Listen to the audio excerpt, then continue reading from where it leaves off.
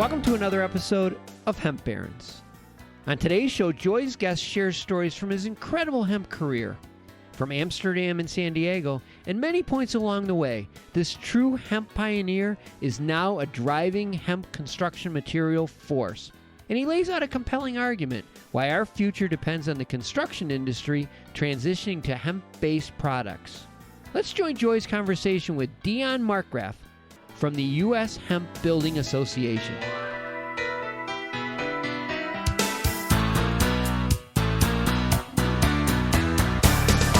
Well, hello, Dion. Thank you for being with us on Hemp Barons today. Well, thanks for having me.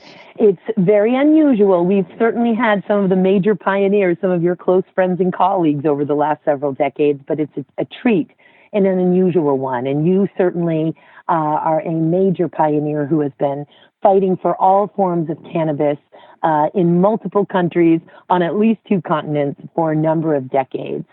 So currently, of course, your role is board of director and, in fact, a major organizer and co-founder of the United States Hemp Building Association, US Hemp Building Association. And as you know, Hempcrete is near and dear to my heart. It's actually my favorite product of the thousands of products that we can make with this versatile, valuable plant. But as we do with everybody, and particularly when we have someone as special as you, in hemp years, you've been around for 150 years. Please tell us what got you interested in cannabis and in hemp to begin with. Well, I was in university and I was looking for a subject to write my senior thesis in political science on.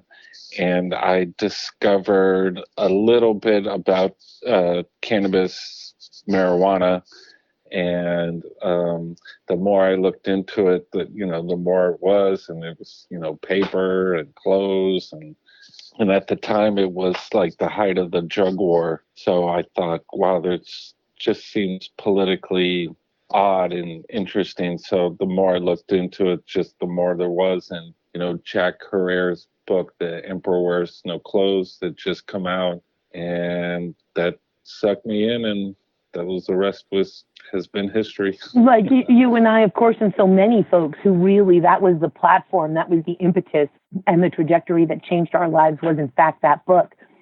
And I believe that the first edition of Jack Herrera's book, The Emperor Wears No Clothes, was published around 1985. So that is, and certainly that is sort of the height of the drug war. That's the period of time you're talking about. Am I right?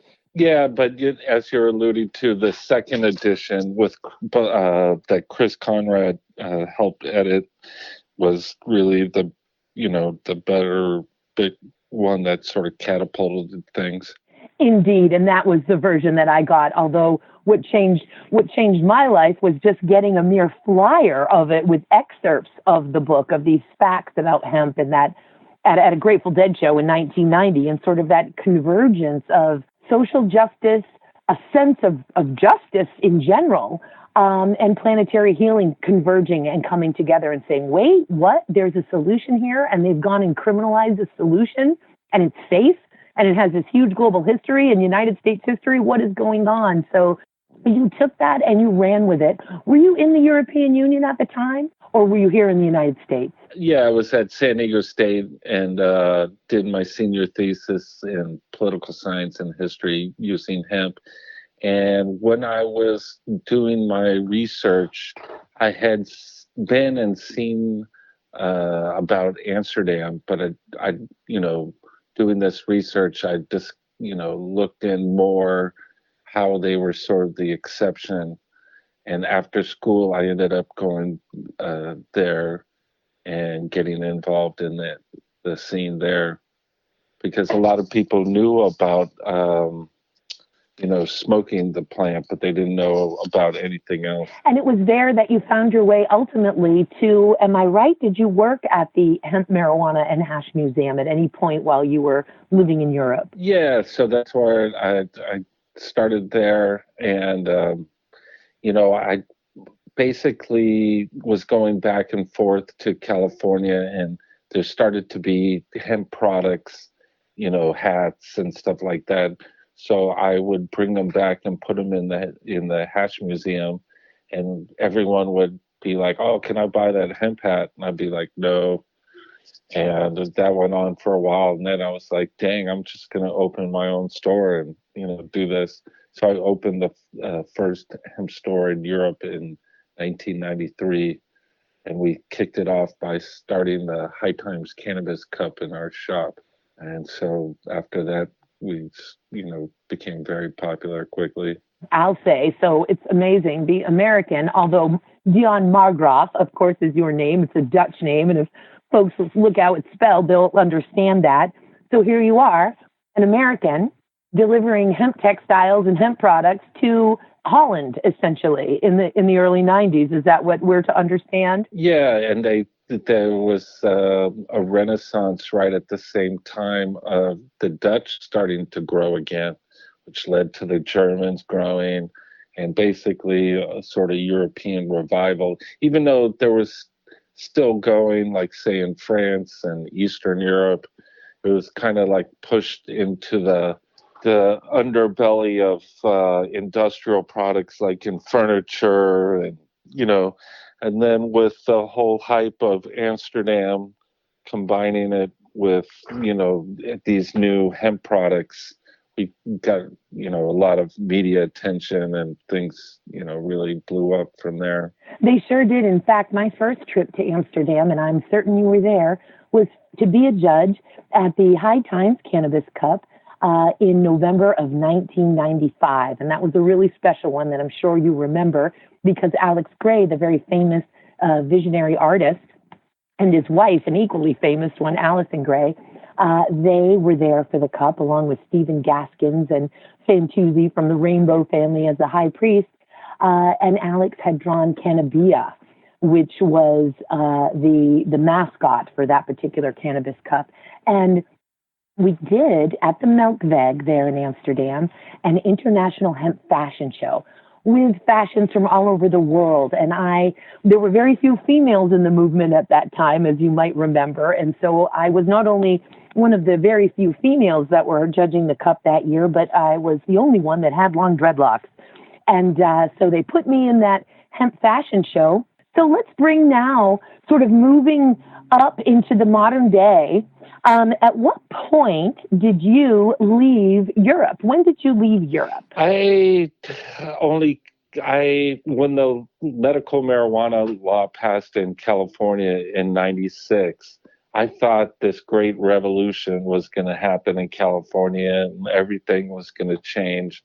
So I came back to California just to sort of visit.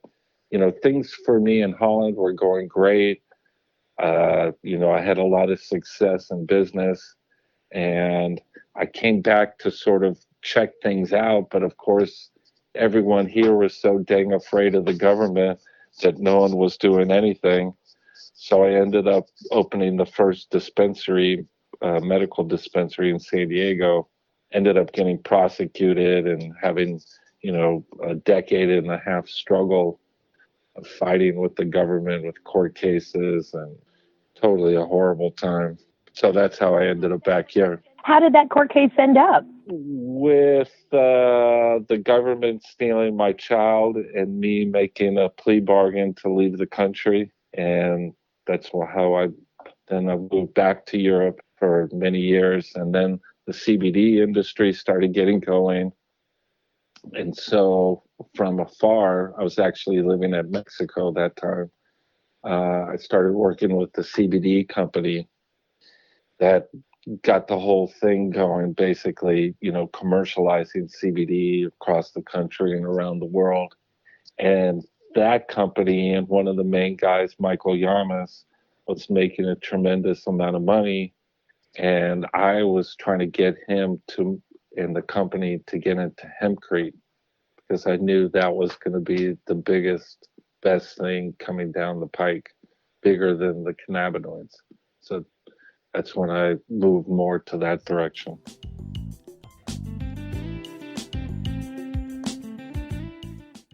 How about Vote Hemp? Can you tell us a little bit about the impetus of Vote Hemp, which I know came before your relationship with the cannabinoids and your incredible work internationally with delivering cannabinoids? Let's not skip the Vote Hemp piece. What happened there? Well, Vote Hemp, I mean, that was with Eric. I mean, we go all the way back to Amsterdam. Eric was a part of, Eric Steenstra was a part of Ecolution, who's actually owned and run by Steve D'Angelo of Harborside fame. But they started producing hemp jeans, and we were the first ones to sell them in Europe. And yeah, kept in touch with Eric and all that over the years. And Vote Hemp, you want to talk to folks about that idea. Vote Hemp is, of course, a 501c. It still exists today. Still, Eric Steenstra is the president of that board. Is a 501c4 advocacy organization for hemp. And for many, many moons, the right arm partner of the Hemp Industries Association, the 501c6 trade association. But we needed a lobbying organization to complement the trade association because, of course, different nonprofits have different limitations of things that they can do to continue to get their tax-exempt nonprofit status, and we needed that lobbying arm. So I believe with David Bronner and Eric Steenstra, and I met Eric for the first time. I didn't realize it was Eric until years later, but at that very same Cannabis Cup, Ecolution made lots of fashions and was part of that fashion show, and of course they had a booth there. But so Vote Hemp, hardcore education and advocacy, and you were such a big part of that as you still are today. I also remember, I believe it was the 2012 Medical Cannabis Cup, High Times Medical Cannabis Cup. High Times owns that word Cannabis Cup, folks, so when you hear that, you can assume it's High Times, or someone's getting a cease and desist letter. And they had a medical cannabis cup in Seattle in 2012, and I'll never forget walking in, and there was this big double booth, Hemp Men's, it said, and there was some CBD gum and some other products there, and I believe you were there at that cup behind that booth, educating folks about those cannabinoids, the hemp-derived CBD. Is that correct? Yeah, I got in about that time. It was a whole weird evolution how the whole CBD thing happened. Surprisingly, so many in the marijuana and hemp industry were against CBD, I suppose, because it was something new and different. And I would also say that it's sort of in the middle between, marijuana people thought it was too much like hemp, and hemp people thought it was too much like marijuana. So, yeah, there was a lot of hate in the beginning on CBD. And so it was weird because, I'd been in the industry before almost all these people I helped recruit into the industry.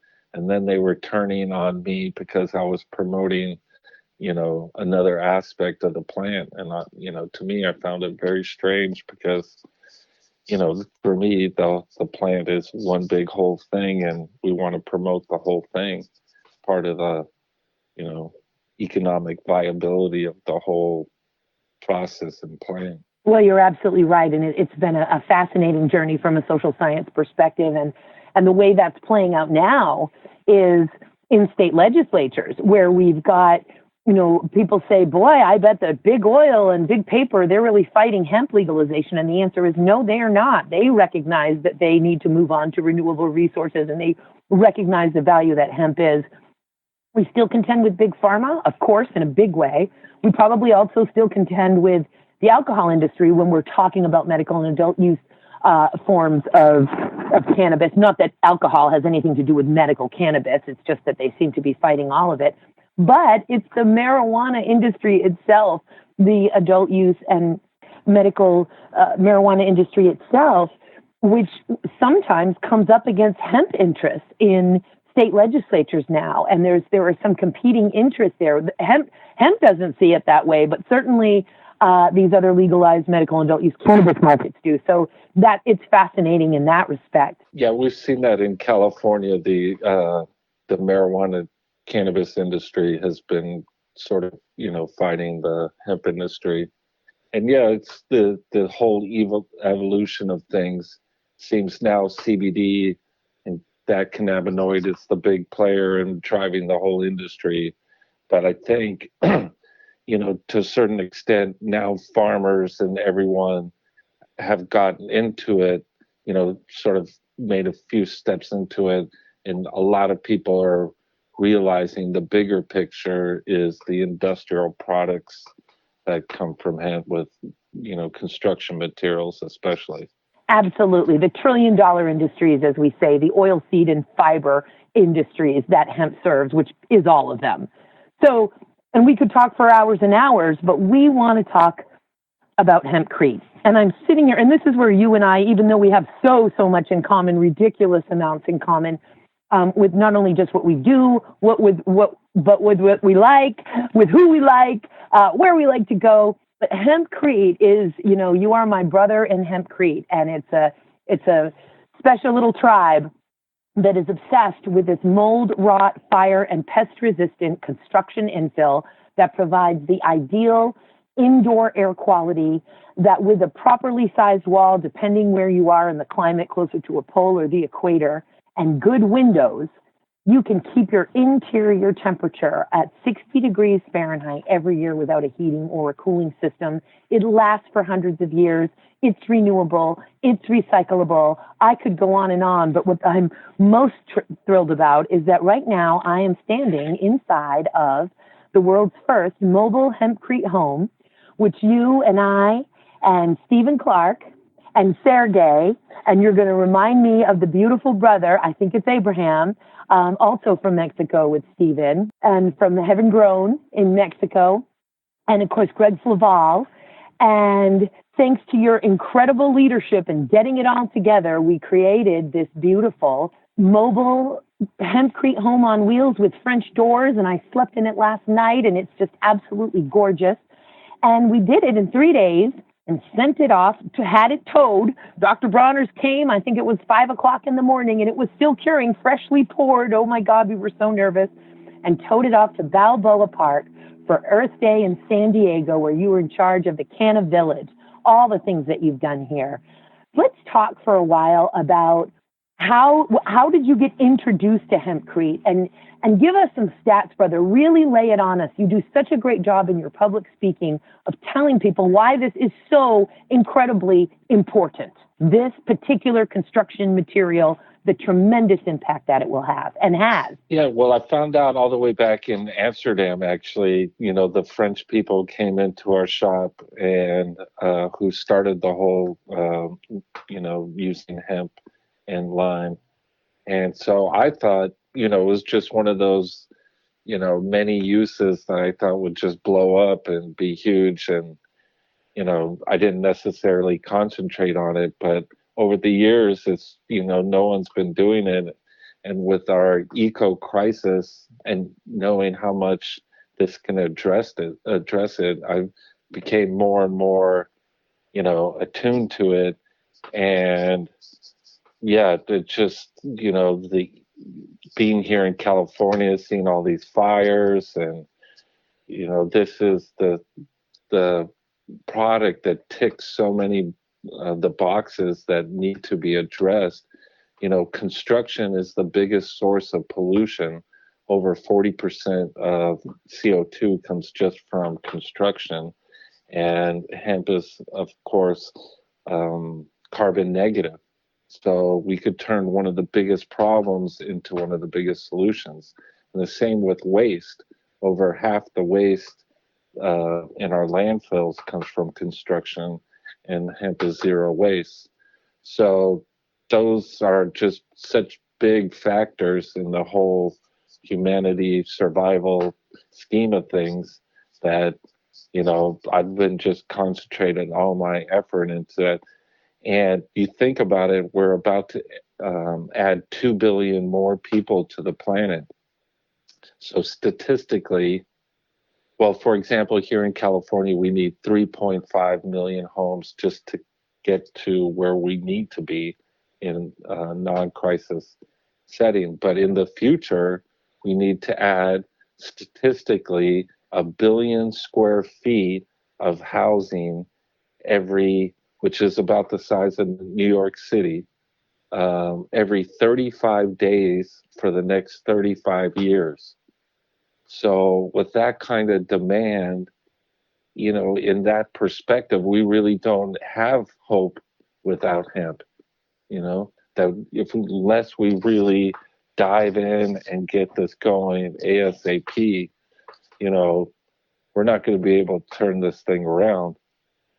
So that's why I was, happy to participate and get going this US Hemp Building Association, where, we're such a small beginning right now, but we need to blow this thing up into basically everything we see should be made with hemp. And we need to turn this around now. And so I'm, putting all my effort into it. And we have a lot of good programs going. So for less than $10 a month, you could, help us and be a member and spread the word. And one of the big things we're working on now, which is the real deal breaker, is certifying Hempcrete as a building material, which is really holding it back at this point. And I think after we have that within a year, I absolutely want to talk about that. I want to make sure the listeners know that. So right now, and I'm excited after we talk about the ICC, that we talk about the recent incredible fire rating that was just received. Hempcrete is not internationally rated. So, and that's the key to building planning and getting your plans approved and building things up to code in your particular jurisdiction. Now, there have been many Hempcrete structures that have gone up in the United States. The first one went up in 2010. Hemp Technologies, a good friends of ours, that built that first permitted Hempcrete home in Asheville, North Carolina, or near Asheville. It was actually for the mayor of Asheville, North Carolina, and many Hempcrete homes and structures. In fact, the first certified platinum LEED home, Hempcrete home, is also in Asheville. So they're up. But what it requires is for homeowners and builders or developers who want to use this material, they become advocates by default because they've got to educate and persuade their building departments, building and planning departments, to allow them to use this alternate building material. And in some jurisdictions, that's easy because they're very sophisticated building and planning department personnel who are familiar with alternate building solutions in green and sustainable building materials. And then there are others where it's quite difficult. And if we can also just put this in perspective, supply chain wise, that we had 511,000 acres of hemp permitted to grow in the United States in the 2019 growing season. Now, about 230,000 of those acres were actually planted due to lack of genetics, lack of funding, lack of land, lack of equipment, all kinds of things. And then about 50 to 60% of that crop was actually harvested, perhaps around 115,000 acres, although much of it sits there because so much of it was overproduced, produced for this inflated extract or CBD market. And what we really want, again, is for our farmers to prepare for the trillion-dollar industries, prepare for the oil seed and fiber industries, and prepare for hemp processing infrastructure to come to a city near you. Ultimately, we want to see these processing and manufacturing facilities, whether they're for hemp seed oil and grain to make into densely nutritious foods and bulk food ingredients from that incredible seed, which is the most digestible form of protein on the entire planet animal kingdom, and of course has the beautiful and perfect ratio of omega-3s and 6, or whether it's for that long, strong fiber, that outer bast fiber for the many, many industries it serves, or that inner woody core. But we need the farmers to be able to sell the biomass, these strong, valuable plants that they grow, and the minute we can get Hempcrete rated, particularly international, and the holy grail of that international rating system is ICC, International Certification Code. Once that happens, that's going to give the green light for building and planning departments in every jurisdiction to be able to entertain and approve this as a building material. Not only are we going to be solving housing crisis, pollution crisis, landfill crisis, we're going to be giving that immediate market to our farmers that can just feed that herd, that inner woody core of the hemp stalk, which is what Hempcrete is made of. Herd a special type of lime and water, and it will just open up that entire market. So it's just so incredibly important. So tell us about this sort of chase to get the rating, brother, and how US Hemp Building Association is working with that. Well, yeah, it seems to be, before I sort of tackled the situation, it seemed like a daunting task from the outside. And there's was sort of like urban myths uh, built around how difficult it or was or is. And the more I've been engaged in, trying to address it, the the easier it seems and more possible it seems. So, just the process of the US HBA, engaging, which, a lot of times in life, that's what it takes, right? Is just, getting up and doing it. And it's magically been coming together. The ASTM, which is part of the whole process, they've been super helpful, and it's been a great way to get organized. And they contacted the ICC for us, and they're excited to work with us. And now we're just in the funding phase of getting some money together to open the door. And then we're going to bring in different companies with their different products and set a range of acceptable parameters that other people can, therefore exceed. And that's when it comes to the herds and the binder. So to make sure they're within a range of acceptable specs. So that's what we're busy with now, bringing in the different companies to get their products analyzed. And one company through Hempcrete just submitted for a fire burn rating and just was published recently, and the fire rating was 0. So on a scale of 450 to 0, it was a 0 fire spread. And they said it was the first time they had ever seen such a rating and a test. And when we say they, do we know the they that gave that rating of 0? ASTM. Oh, it was ASTM that gave the rating. Yeah. American Standard of Testing and Measurements. And we certainly talk about them on the show from time to time because they play such an important, as you say, role in these emerging industries. They created that D37 Committee on Cannabis about 3 or so, potentially 4, I think time goes by so quickly now, years ago, and then multiple subcommittees, including the subcommittee on Hempcrete. So I love to watch these and experience these coalitions working together. Right. So they only created the Hempcrete section due to the US HBA engaging with them. And so that only started in December. So that was a historic, great milestone. But by the beginning of January, the ICC were already connected to us. And again, we've got now the whole thing is right in front of us. Now we just need to raise the money, which is not that much money. It's actually $10,000 just to open the report and getting the ICC dedicating their, civil engineers to basically hold our hand through the process. So they're very excited. We're very excited.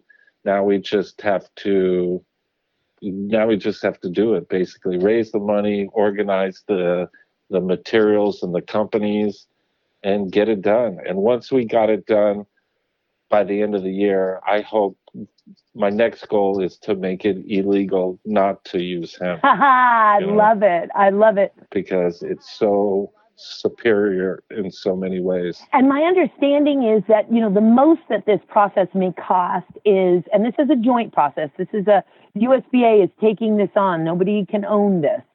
This is doing it for the people, for the farmers, for the industry, for the planet, and for the plant.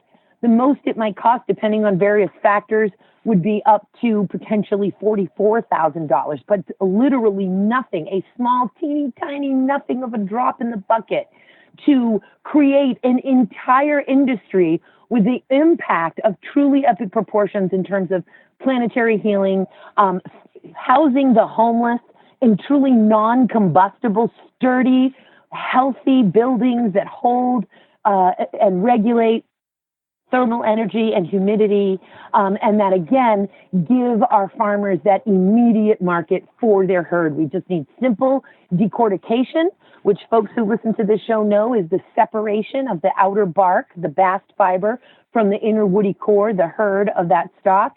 And then it simply needs to be processed into a particular geometric particle range and removed of the majority of its bast fiber and chaff that got mixed in with the herd. This is easy stuff.